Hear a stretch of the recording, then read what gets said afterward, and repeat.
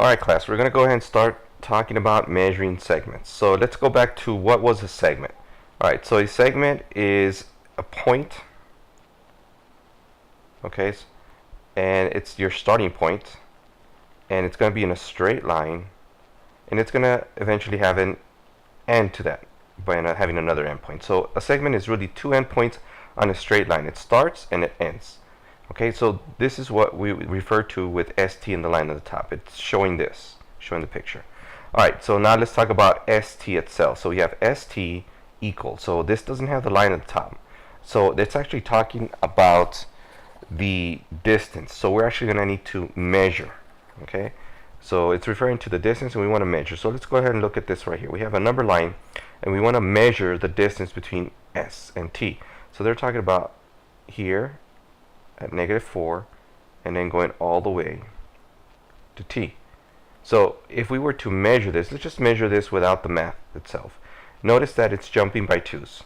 So we're looking at 2, 4, 6, 8, 10, 12. So we know the distance here if we were to measure is 12. Now, how are we going to get the same value of ST with the math? Well, we know that the points are -4 for S and 8 for T. So really, ST is finding the difference between these two numbers. The difference means is to subtract.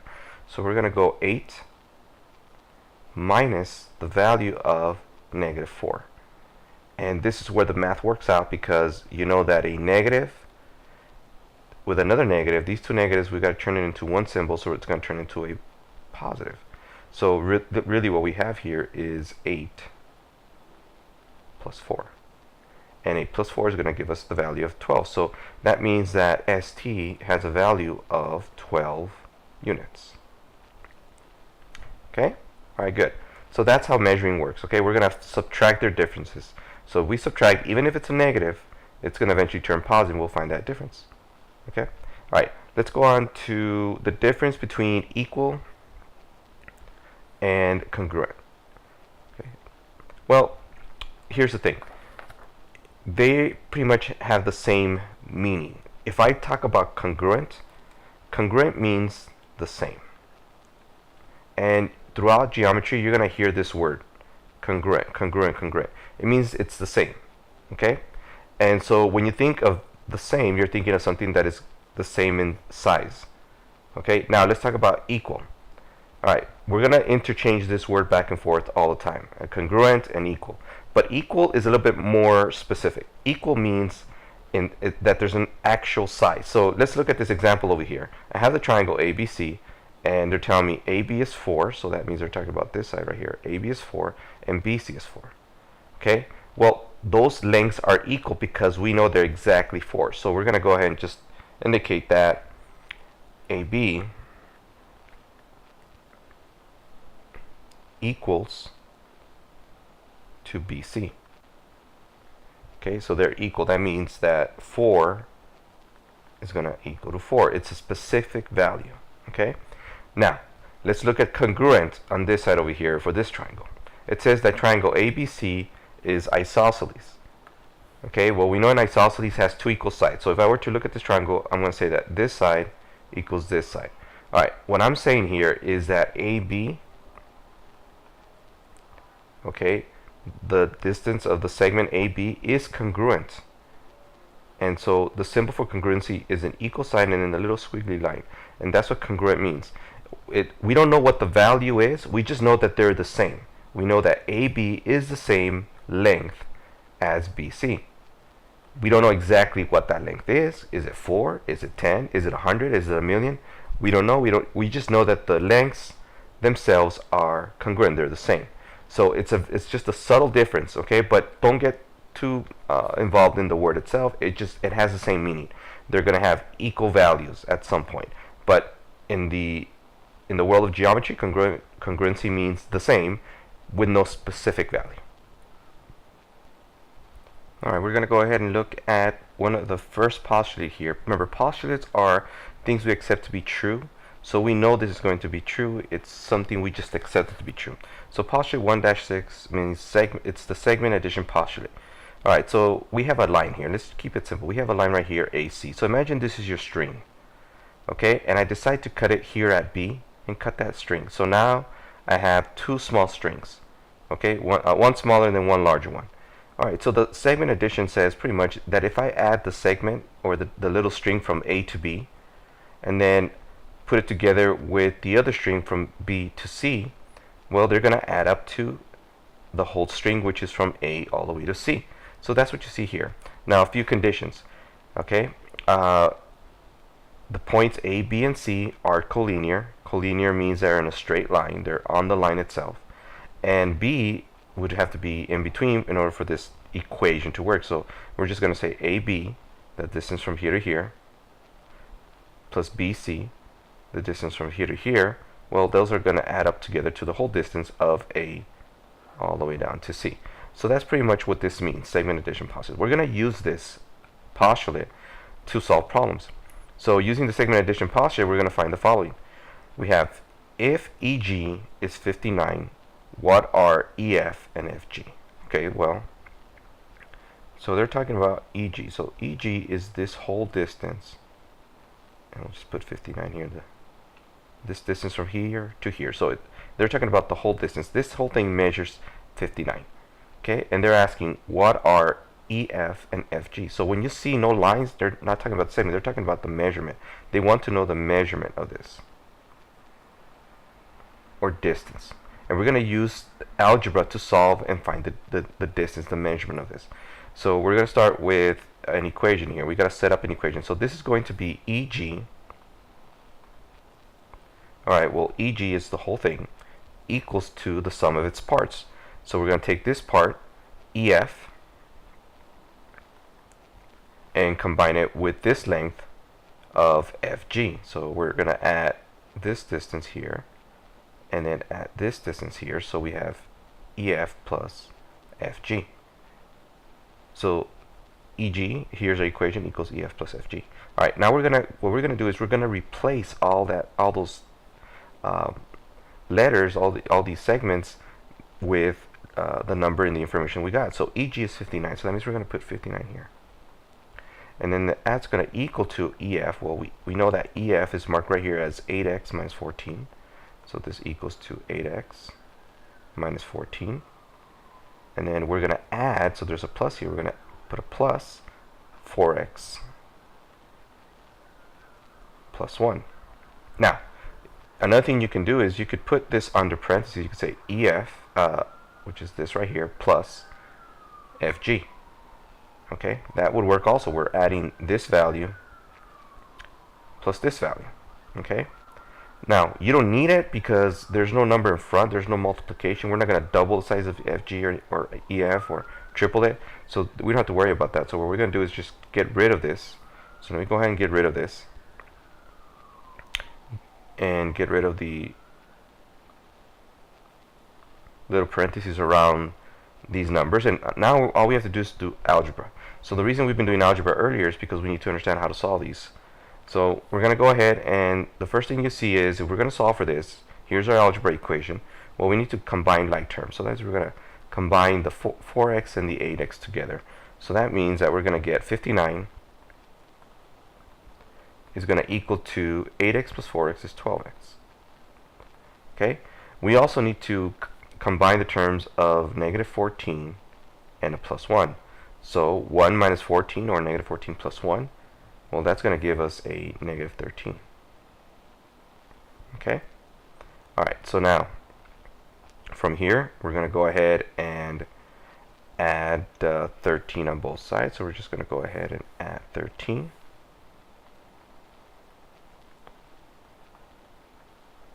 Okay, those are going to cancel. Alright, 59 plus 13, let's see, so 9. I'm just going to do this here. 9's carry, let's go with 2, carry your 1, 5, 6, 7, 72. And so 72 equals 12 times x. Alright, so we're down to the final step here. So of course all this is this way, and then we draw a straight line down this way. So 72 equals 12. So the last step here is what we're going to do is we're going to divide everything by 12. So we're going to get rid of the multiplication, 12 times x, so we're going to do the opposite, the inverse operation, which is to divide by 12. And so x is going to equal to 72 divided by 12. Well, 72 divided by 12, that's going to give us a value of x equals 6. And there's our answer for x. Okay? And so now that we know x, we can go ahead and find the distance, because it says, because we got to go back to what the question is, and this is very important when you're doing the geometry. What are they asking for? It says, what are the measurements of EF and the values of FG? So they want to know the number. Well, we know what x is now. Okay, so what we need to do is we need to plug in this 6 onto here. So what we're going to do is we're going to plug it in. So we're going to go ahead and take 8, multiply that by the value of x, which is 6. We're going to plug it here for x, and subtract 14. Okay, and we're going to do the same distance, same thing for FG. We're going to take the x of 6, and we're going to go 4 times 6 plus 1. Alright, well, this one's a little bit easier to calculate. So let's do this FG part. So FG is 24 plus 1 is 25. Okay? Alright, now this one over here, we have 8 times 4 is 48. And we're going to subtract 48 minus 14. So 48 minus 10, 48 is 38, plus minus 4 is 34. So this is going to be 34. Alright, so let's go ahead and write this down. So we're going to, our final answer here is we're going to just go ahead and say that EF is going to equal to 34. And the measurement, the distance of FG is going to equal to 25. Okay? Now you can check by adding these together. This should equal 59. So 4 plus 5 is 9. So that's good. We get the 9 here. And then 3 plus 2, well, that's 5. So this means it's correct. The equation was properly set up because we get the right answer of 59 for EG. So that means that worked. So there are our answers. So our final answers are EF is 34, FG is 25. Make sure you read the problem, because sometimes they're going to ask you for the value for x, so you would stop right here at x equals 6. And sometimes they're just going to ask you for the lengths. So it's very important that you read what they're asking for. Okay? Alright, let's move on to the next thing.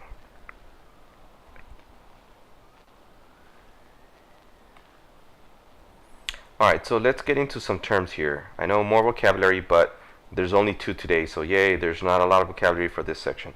So midpoint. Midpoint is a point that divides a segment into 2 congruent segments. Okay, so the midpoint, let's visualize this. So here, let's do a picture right next here. So A is the midpoint of segment CT. So that means I gotta draw 2 points on a straight line. So we'll call this point C, and this would be point T. And in between, you would have the midpoint. The midpoint would be right in the middle. And so A is the midpoint of CT. So there you go, cat. If we want to look at this as far as symbolism here, we got CA. The segment CA is congruent to AT. Okay. Oops, let me make that a little better. Okay, so it means when you write something like this, now you can go ahead and say the following. That means that this length CA is the same as AT. And when we indicate things that are the same, we're going to use these little dashes. It says that this distance equals this distance. So this little dash is indicating that this little that CA is equal to AT. All right, now let's go to segment bisector. For segment bisector, first thing you need to know what the word bisector means. Okay, so bisector, okay, and we're going to use this also a lot. Bisector means to cut in half. Okay, it means to cut in half.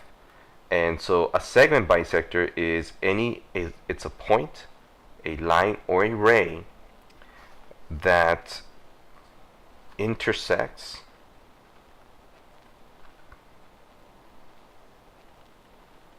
okay, a segment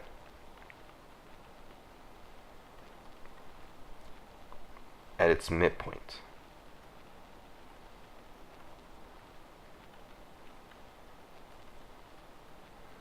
Okay, so let's go ahead and visualize this. It could be a point, line, or ray.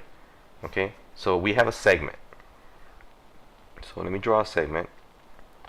So again, segment is going to be JO. So we'll going to use this segment. We'll start at J, and then we'll draw a nice kind of straight line. And this segment would be, and this end would be O. So you can see here that we have KE. KE has a arrow with an endpoint, and that means that's a ray. So it is going to be a ray, KE, and is the segment bisector. So this ray is cutting this segment in half. Okay? So again, it could be a line, it could be a point, or it could be a ray. Okay? So if it was a point, it would tell you the point is the segment bisector, means to cut in half. So the point would be in the middle. Okay? If it's talking about a line, and they gave you a line, so there would be a line crossing through here, and it would cut it in the middle. Okay, but this one we're using a ray KE, so we're gonna go ahead and draw out a ray. So the ray starts at one endpoint, and then it goes on to forever to the other direction. So this would be point K. How do I know it's point K, not E? Because this is where it's starting. Remember, this is the endpoint, the letters K, so that's where we're gonna start. Now it could go either up or down. We don't know which way it's the direction it is, so we're just gonna go ahead and draw it up. And we don't know which angle. We're just going to say, okay, it's going that way. All right, and then in between here and right at this end, we have an E. And so there's our point K, here's our point E, and there's our ray. So what we know, and what's more important, guys, is that the segment is bisected. It means it's cut in half. So that means that JK and KO are equal, and that we know that the point K is the midpoint. Okay, and we accept it to be the pinpoint because it is being bisected, cut in half. So therefore, this has to be the middle. Okay, all right. We're going to use this information here and throughout the practice so you guys can see how these work. So just remember, bisector means to cut in half. Therefore, it is the midpoint. Okay, let's look at some problems here. So let's look at something that's very easy. AB has endpoints of -4 and 9. What is the coordinate of its midpoint? So they want to know what's the value, the point that is going to be the midpoint between A and B. So A starts at -4 and B is going to be at 9. Now, one of the things you can do is find the distance. And we already talked about how to find the distance. We can go ahead and just, we can find out by, it's jumping by 2s. We can go ahead and just add them. We can subtract the difference of 9 minus a -4. So the distance here is really 13. So you could figure out the difference of here to here of being 13, and that would be the distance. And so somewhere in the middle, we would cut that in half. And so 13 divided by 2 is 6.5. So we would then know that it's about 6.5 points between either end of that point. Now, we can do that, or we can just do it mathematically. There is a way to do this. We're going to use the midpoint formula. And we'll talk about the midpoint formula later on when it comes to coordinate geometry. But the midpoint itself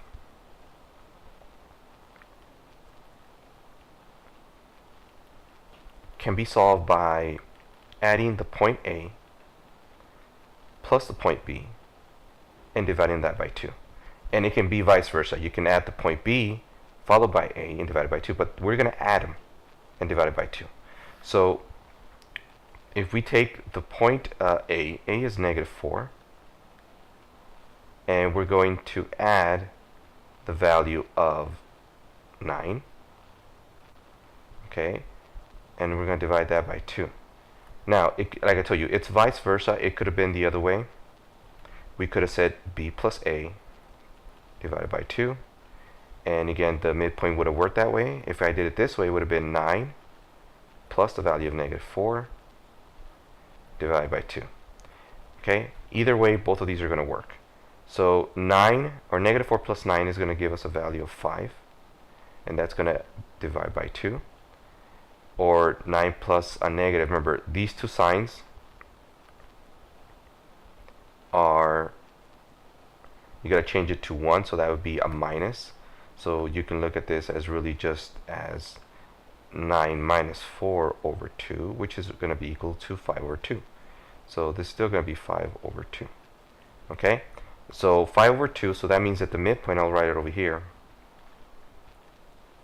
The midpoint is 5/2 or 2.5.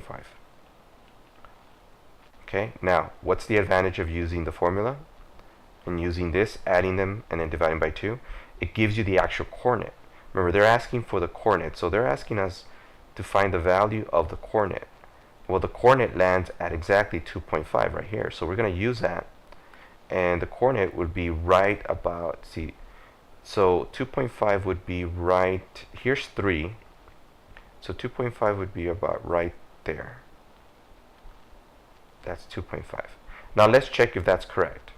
Okay, we know the distance is 13. If I add 6.5 more points from point A, so I'm going to go 2, 4, so this would be 2, 4, 6, and I can't go to 7 to 3, we're going to add just half.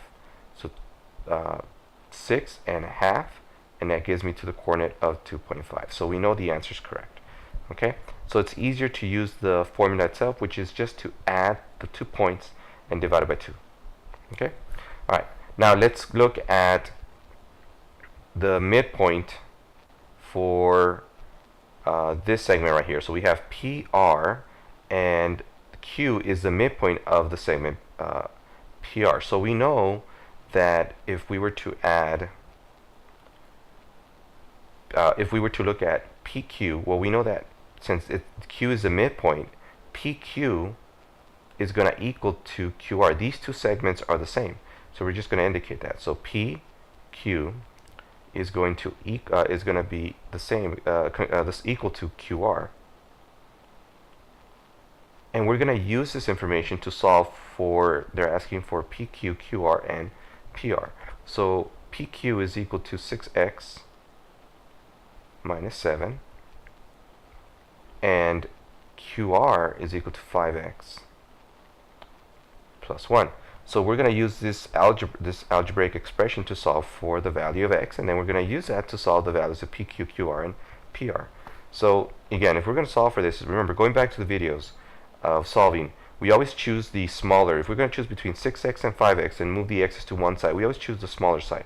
So the smaller side is going to be the 5. So we're going to go ahead and subtract 5x on both sides.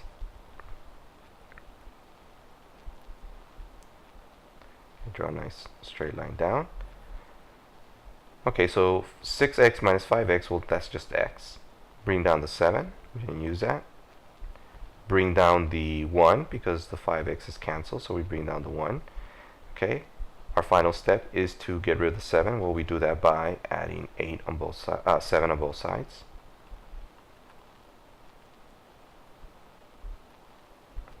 And we end up with x is going to equal to 1 plus 7 is 8. So x is going to equal to 8. Alright, but again, you're not done here. A lot of students want to stop and say, I'm done, I found my answer. Okay, that's not what's happening here. They're asking us for the value of PQ, the measurement, the distance. So we're going to go through each one of these. So we're going to go ahead and we're going to go PQ. Well, PQ, we know that to be 6x, or 6 times the value of 8. So we're going to plug in 8 right here and add 7. Okay, so, oh, I'm sorry, not add 7. There's a mistake there. It's actually subtract 7. So let me go ahead and correct that. So it's 6x minus 7. So 6 times 8 minus 7. So PQ, 6 times 8 is 48 minus 7. Well, that's going to give us 48 minus 7 is 41.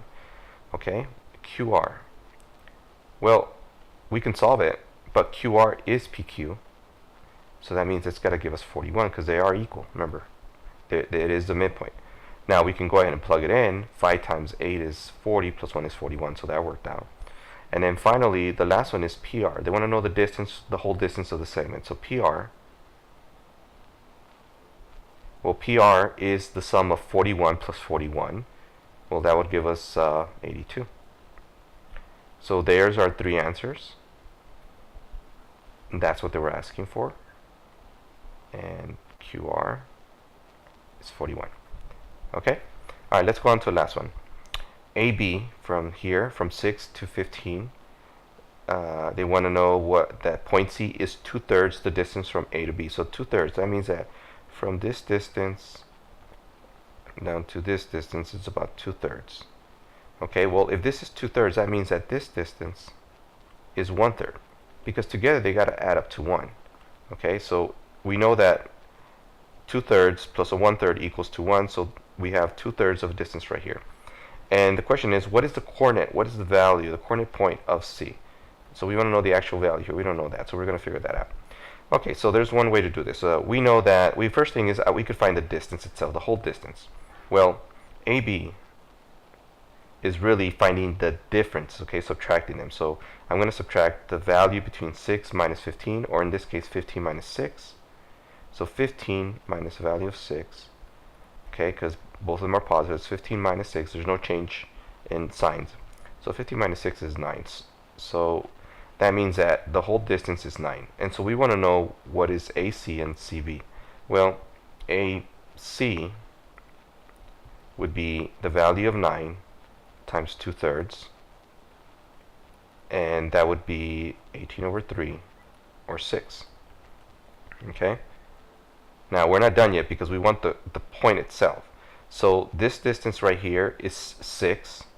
So from here to here, this is 6. And we can figure out the 1/3, or you can realize is that this is really just 3, because 6 plus 3 is 9, and that's the total distance. So the question is, what is C? Well, it's going to be 6 plus the 6. So therefore, the distance of C is going to be equal to the value of 6 plus 6 is going to be 12. So point C is going to be the value of 12. So I'll just put point C is going to be 12, and I just be a little bit more cautious here. And I'll just say point C is 12.